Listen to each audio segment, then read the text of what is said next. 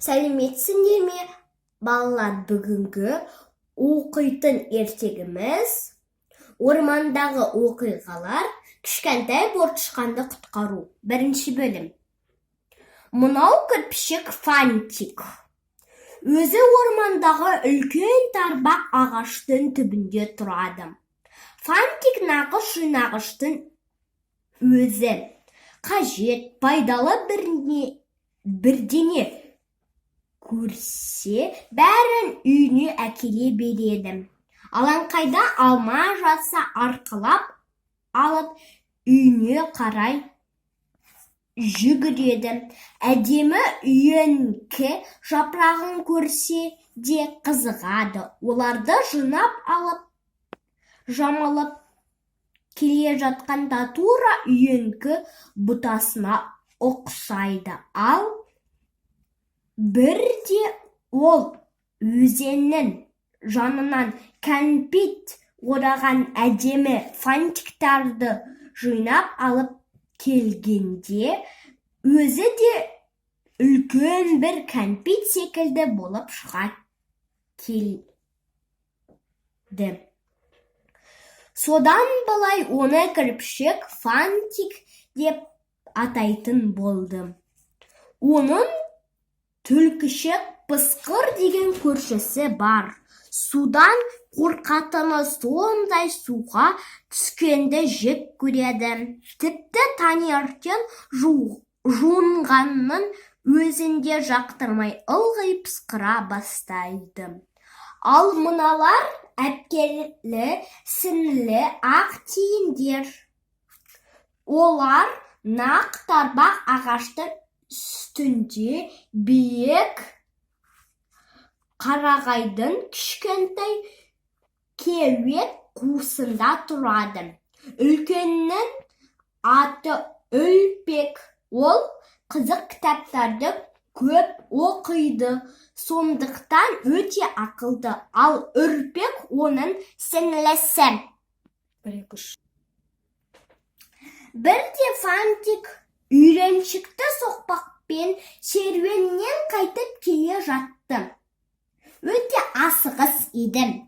Өйткені орманда жүріп матаның бір қиығын тауып алған. Одан терезесіне перде жасап алмақ болды. Жүгірген бойы күнде көріп жүрген өзенге жетіп қалған еді. Кенет сол маңнан біреудің «Көмектесіңдерші!» деген аянышты дауысын естіді. Жан-жағына қарап еді, өзеннің арғы бетінде тұрған борша боршақты көрді. «Неге айғайлап тұрсың?» деп сұрады Фантик.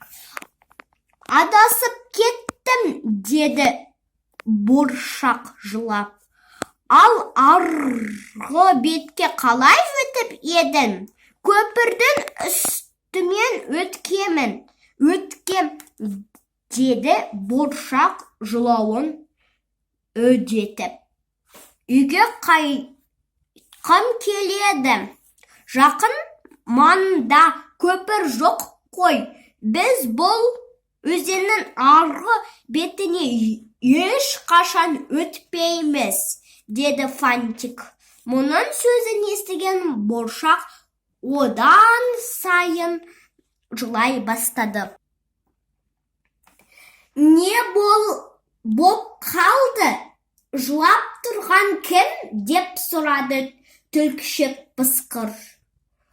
Ол да у-шуды естіп, не болды екен деп жүгіріп келген еді. Борша тышқан боршақ арғы жағаға қалыпты, деді Фантик.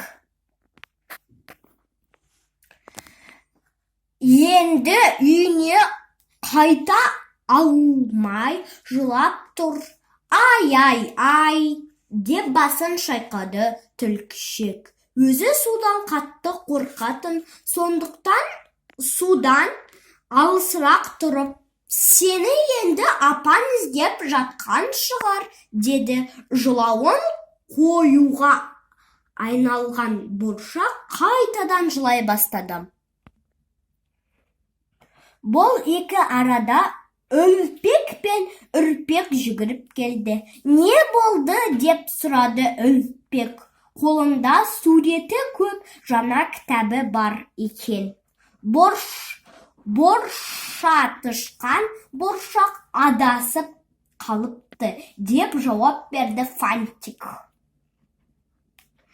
Енді бұл апасынан таяқ жейтін болды, деп қойды Түлкішек пысқыр. Бұған көмектесуіміз керек, деді Үлпек. Содан бұлар кішкентай бұршаққа үйіне қайтуына қалай көмектесеміз деп ойлана бастады. Бірінші бөлімнің соңы.